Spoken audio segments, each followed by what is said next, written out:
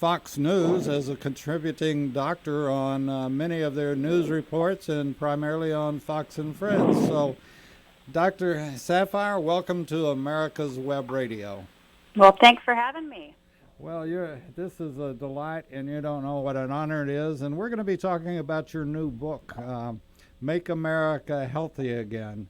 And we, as I mentioned to you in some of our correspondence, we also have a Kung Fu master on, Shi Ru, that we've been talking about it too, and how Americans and anybody can boost their immune system. And I think this is what we're looking at. As I mentioned to you just a few seconds ago, I had really been under the misimpression over the years that after the late 60s and the hippie movement and the organic food movement and that the millennials would take up and lead a healthy life and more gardening and this and that, and yet we haven't. And what inspired you to write the book?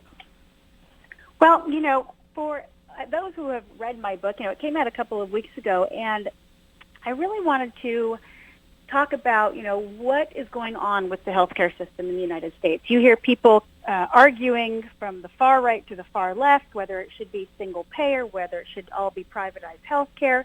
And I really wanted to get to the crux of the matter of why is healthcare so expensive and why are these healthcare policies failing? And after my research, my conclusions were it really doesn't matter which policy you want, whether it's single payer or whatever. Nothing is going to work as long as we have so much chronic illness throughout our country, a large majority of it which could potentially have been prevented through lifestyle changes. I go into the leading causes of death, meaning cardiovascular disease, heart disease, stroke, as well as cancers. And it was astounding to see what percentage of those illnesses could have been prevented. So I talk about the leading causes of death, and I also include mental health as well as the opioid crisis. We break it down how much it's really costing the nation, why certain people are going bankrupt, and then also give some easy-to-follow recommendations of some very small changes that can be made that would be massively impactful, not just for an individual, but for the country as a whole. And one of the biggest things that I found interesting was, I wanted to know why have we gotten to this place of not being healthy? And as you mentioned, we talk about organic foods and kind of healthier living, but the truth is Americans are all busy. It's not necessarily that we're lazy, it's just everyone's working really hard and we're really busy, and our lives just do not allow for taking time out for your health. I mean, I work full time. I'm also raising 3 kids. And so it's really hard to do the home-cooked meals every night with the fresh fruits and vegetables and lean protein. So, we do takeout a couple nights a week and so forth. And so it's a lifestyle that has promulgated us kind of being unhealthy. Dr. Saphier, if you don't mind me interjecting something else, I've certainly been thinking about this interview a lot. And, as other doctors that have done our shows, and we have had another doctor, Dr. Elena George, that used to be on, that also was at Kittering. But anyway, what I started to say is that, and I'm so much older than you, and you weren't even born when this occurred, but, you look at what is happening today as a physician, we're all pill pushers in one way or the other. Either the pharmaceuticals are pushing them on TV for us to take one for this and that and so forth and so on, although it may cause 5,000 different but anyway, take it. And we have turned into a society, and this all happened in the 50s. And I know you can't remember the 50s because you weren't around then, but I do, unfortunately, and the end-all cure-all was penicillin. It was going to solve every problem in the world, whether it was a penicillin injection or a penicillin pill.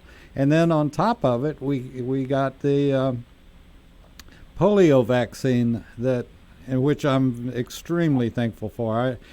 We used to, back in my age, we used to watch the telethons, and to see the what polio could do to a kid or a person. But we became pill poppers in the early 50s, and I think as a society we decided that anything from the common cold to anything up and down the gambit can be cured by going to the doctor and getting a pill for it. And this is, I've forgotten the numbers, but like the national average, something like everybody takes 8 or 10 pills a day for something. And this is just crazy. And yet, like we were just talking, food and our lifestyle and ending stress can do more for the body than any pill can. Correct? Well, I mean, you just touched on a bunch of very important points. Penicillin and the polio vaccine were huge mile markers in medicine, of course. Are the end-all, be-all? Absolutely not. But one thing as Americans that we have proven that we're really good at is innovation and new technology and cures, which is why just in the last couple of years we've now come up with cures for pediatric leukemia. Once was always a death sentence for a child, and now a potential cure. The problem is these cures take time and money, and as long as we want to continue coming up with these cures, we need to make sure that we are not overwhelming the system and using resources elsewhere in such places of chronic illness. I actually talk about in my book how unnecessary use of medications, specifically antibiotics, and the overuse of antibiotics is actually contributing to a lot of problems, the cost of health care, but also antibiotic resistance and what we're calling, quote-unquote, superbugs. So, yes, I mean, a pill is not the end-all, be-all, but unfortunately, and this is something I really get into in my book, people are just in this mindset that they need this instant gratification. They don't like a doctor telling them, you don't need an antibiotic, or you just need to decrease your stress, or you need to just eat a little bit better. People want that quick fix. You see it in terms of the fad diet. You see it in terms of plastic surgery. People don't want to put in the work. They want short-term success, and they have no desire to put in long-term effort for it. And that is unfortunately kind of where we've gone as a society right now. And as a mother of 3 kids, I really try to instill in my kids that anything that's worth anything is worth working for. And you can't look for the easy way out or the easy fix for anything, because anything that's easy or quick to fix is likely not worth it.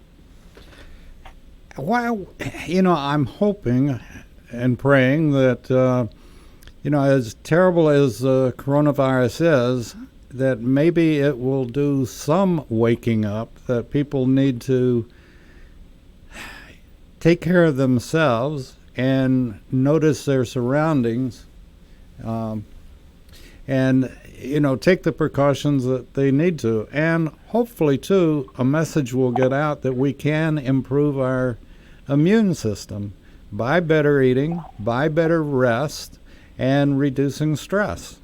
And which is all a hard ticket or hard vitamin to chew, I guess. But that's the truth. And if our immune systems had been at their 100% across the board, which would be impossible, but we wouldn't have the problem with the virus, I don't believe, or not near the problem we've had. And that's sort of been proven by the kids that don't seem to be susceptible. And how did you come to be at Fox?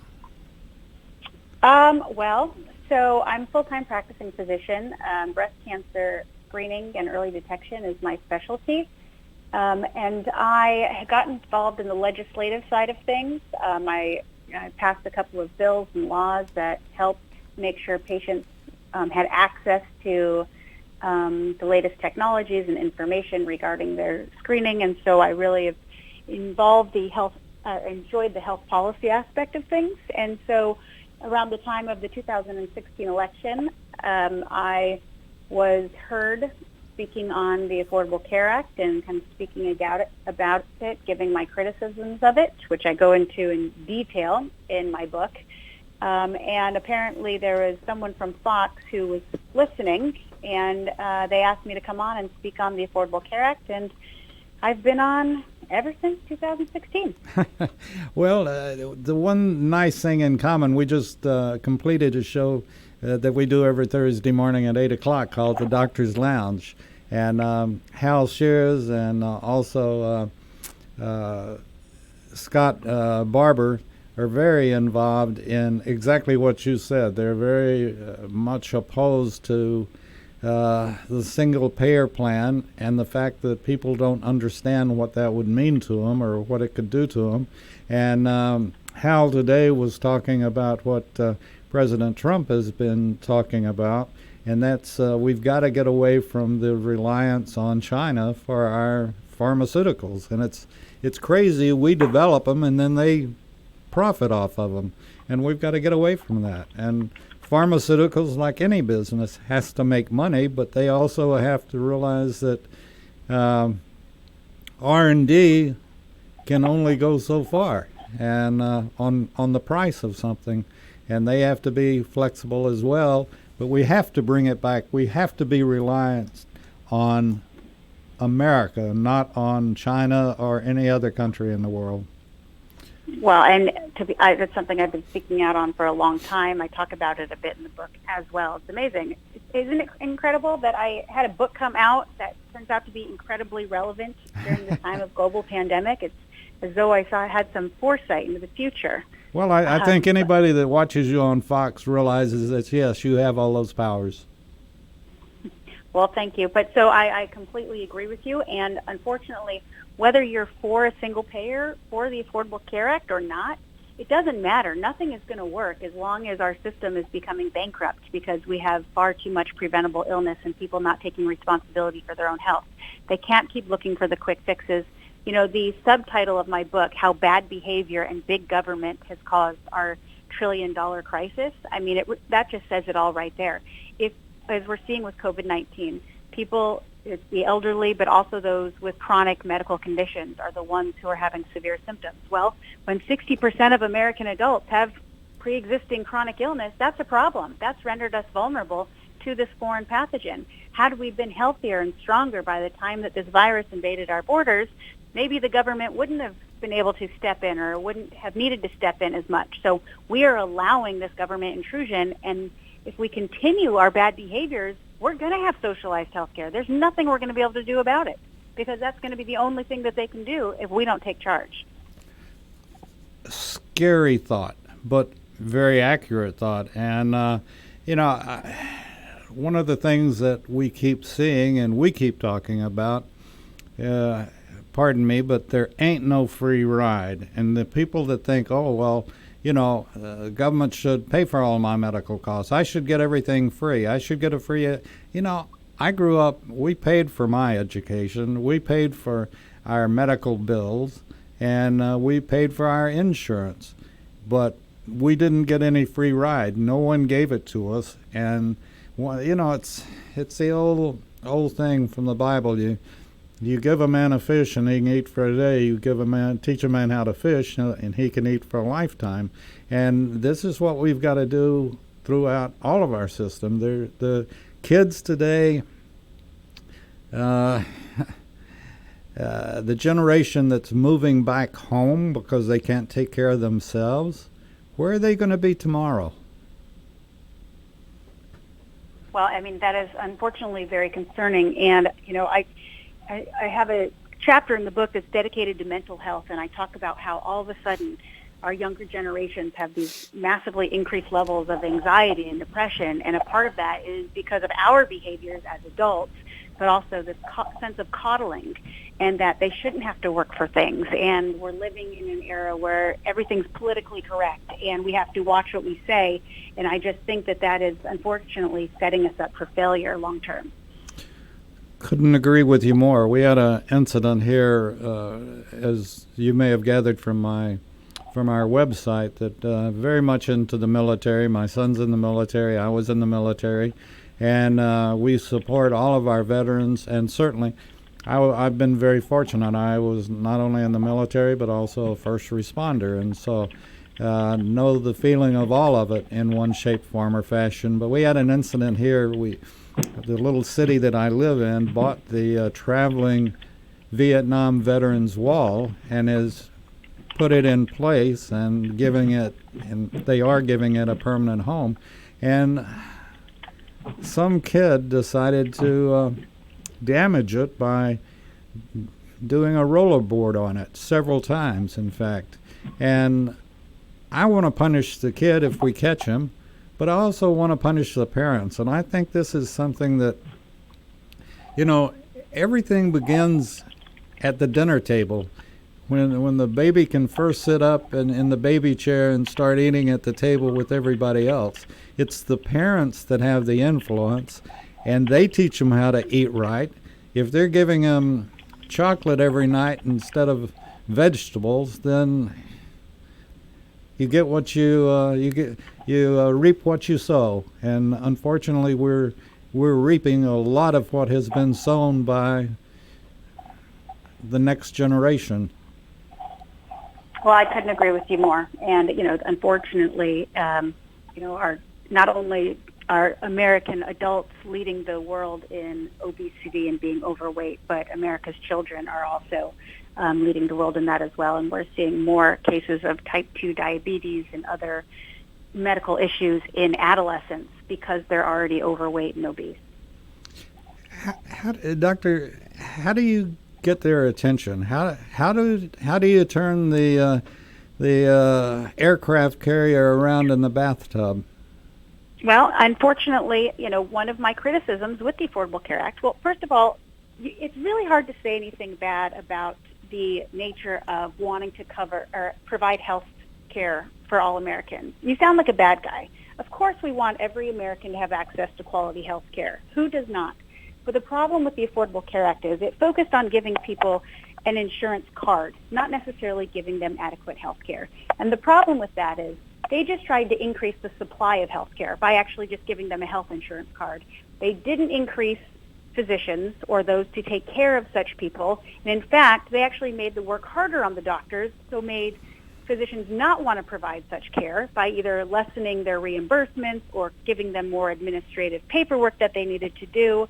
Whatever it was, they certainly didn't increase the supply that way. But the big thing that they didn't do was they didn't focus on the demand.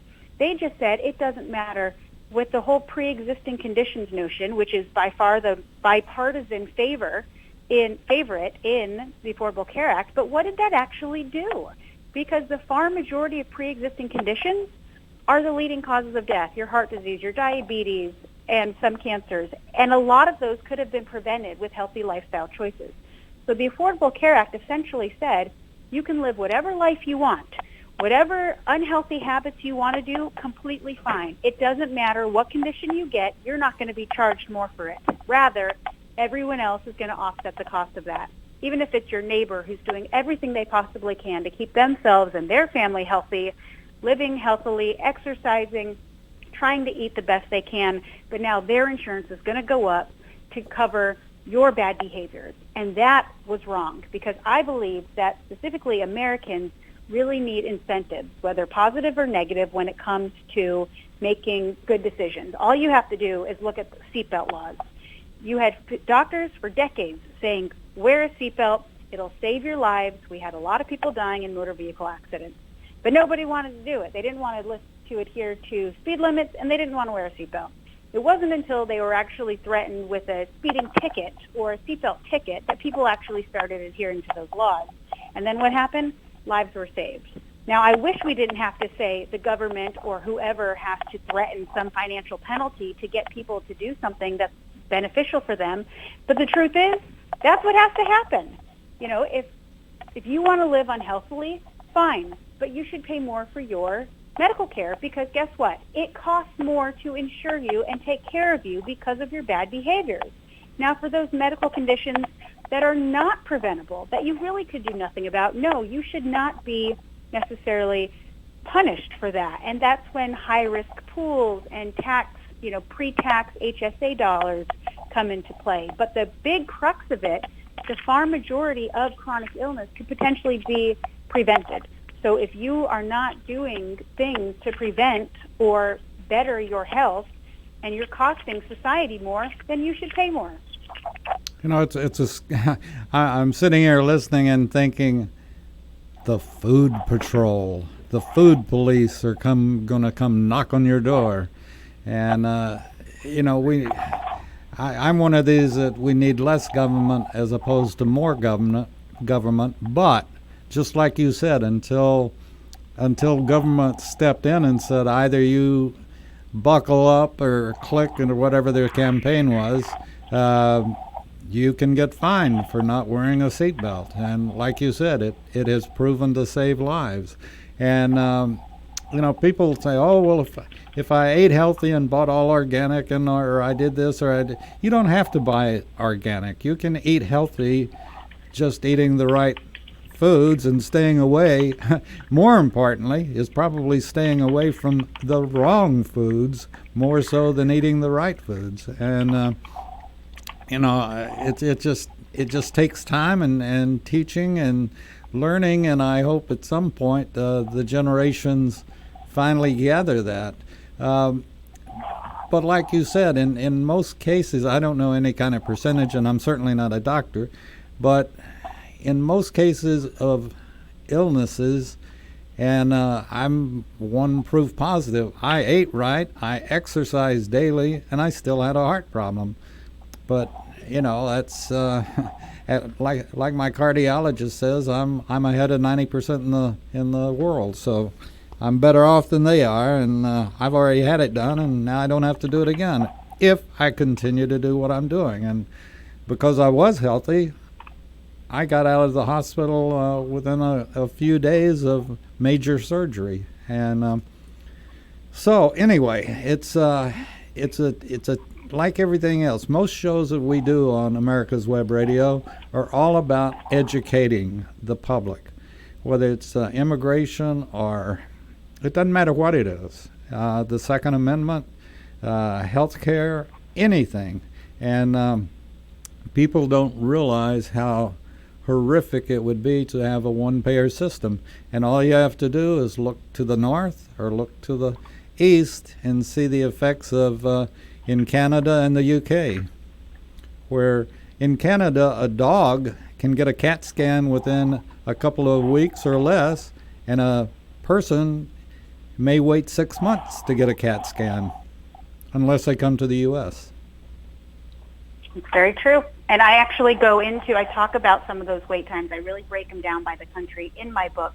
And I give an example of Justice Ruth Bader Ginsburg, how she has had multiple cancer surgeries and just how quickly she has had these surgeries and recovered in the United States. And I gave the timeline had this happened to her in another country, and it's actually quite shocking. So why would somebody want that other than they think it's free? Well, I mean, it's easier. It's nothing that they have to think about. But the truth is, you can't implement a single-payer plan in the United States after a century of a privatized system. I mean, it just would not work right now. If we tomorrow turn to a single-payer system, it would bankrupt us all, not only in taxpayer dollars. We would lose out on the venture capital money. We would lose all of our innovation. We would lose our physicians. I mean, because our physicians have hundreds of thousands of dollars of debt from our medical training, our malpractice insurance. I mean, it just wouldn't. It is just not realistic to institute it here. And so I get quite upset when I listen to politicians tout that they think that it is what's best for America. But because the truth is, in reality, it is not realistic that it could actually happen right now without some major changes. And unfortunately, those major changes would be complete lack of access to our current system and an upheaval of all the care that we are accustomed to. Dr. Saphier, we came out with this thing recently that when the tough get going, the Americans, or when the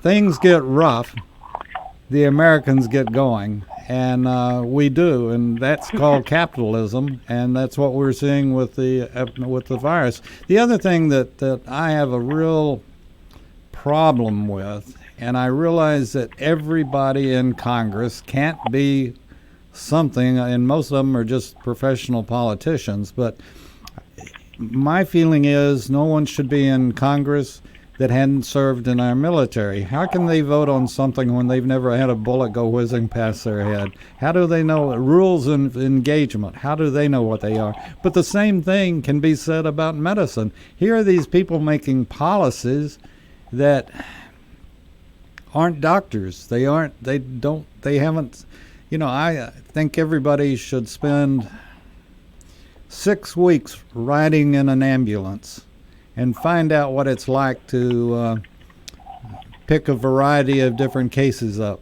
And then maybe they could start making some right decisions as opposed to bad decisions, and talking through their heads about information that they really have no clue about. And one of them is single-payer medicine. Well, I couldn't agree with you more. Why would all of these heads of state come to the United States for medical treatment when they have hospitals in their own country?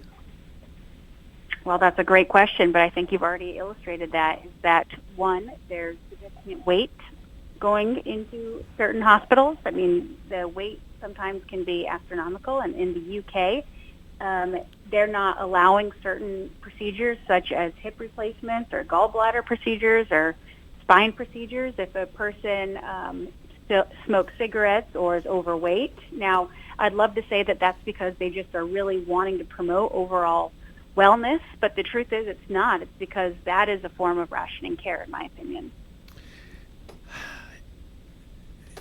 Doctor, I know we're going to have to close this out very shortly because you have other things that you have to do this morning, but will you come back? Absolutely.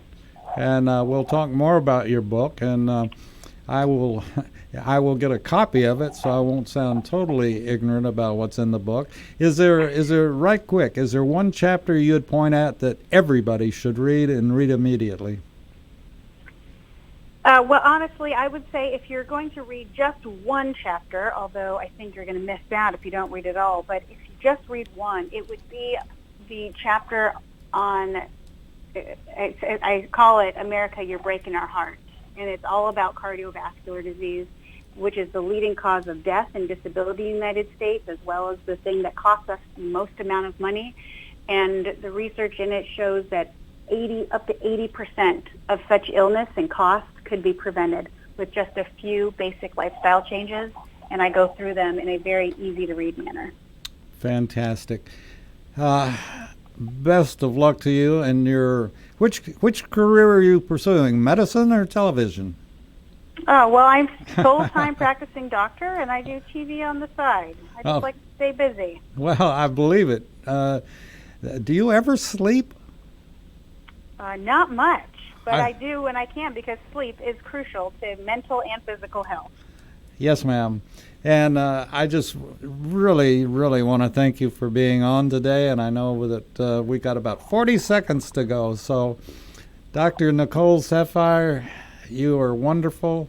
And we're so lucky to have a lady like you in the medical field, and hope that we will work out you joining us again. And folks, the book is Make America Healthy Again. Just the title makes sense, and go get it and find out how you can be healthy. And I'd like to even at some point, Doctor, have our Kung Fu master on talking about mind over body, and that how important the mind is and resting the mind is to good personal health. So with that being said, I hate to do it, but I've got to let Dr. Saphier go. She's got bigger and better places to be, and we respect that. And have a good day, Doctor. I don't know if they're bigger or better, but I do have prior commitments. Yes, Gotta ma'am. Get back to work.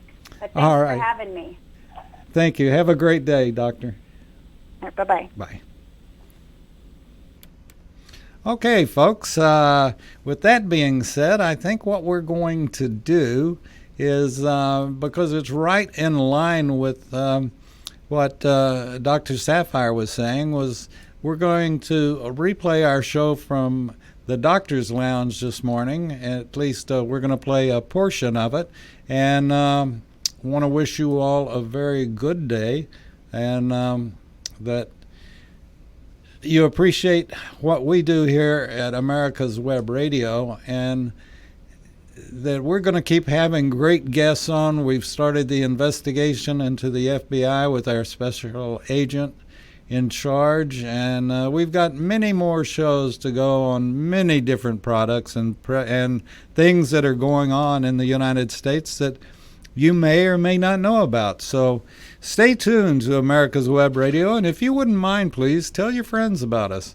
I think they'll find it very interesting, the people and the shows that we do present.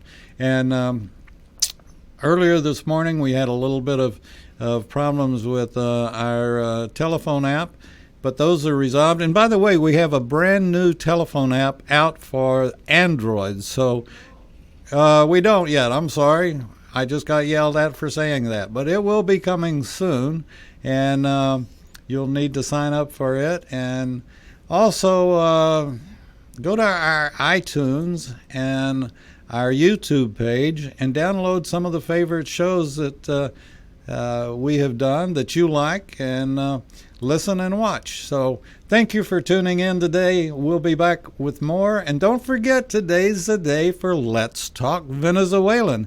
And I bet we're going to talk about the two Americans that are being held and accused of plotting against Madera. So stay tuned. We'll be back with more after this. Ay, quédate allí que vamos al español ahora. Thank you, David, so much. Thank you. See you next week. Web Radio. Just talking to you about antique car insurance. I think that if you're looking for the best coverage for your classic car, consider J.C. Taylor.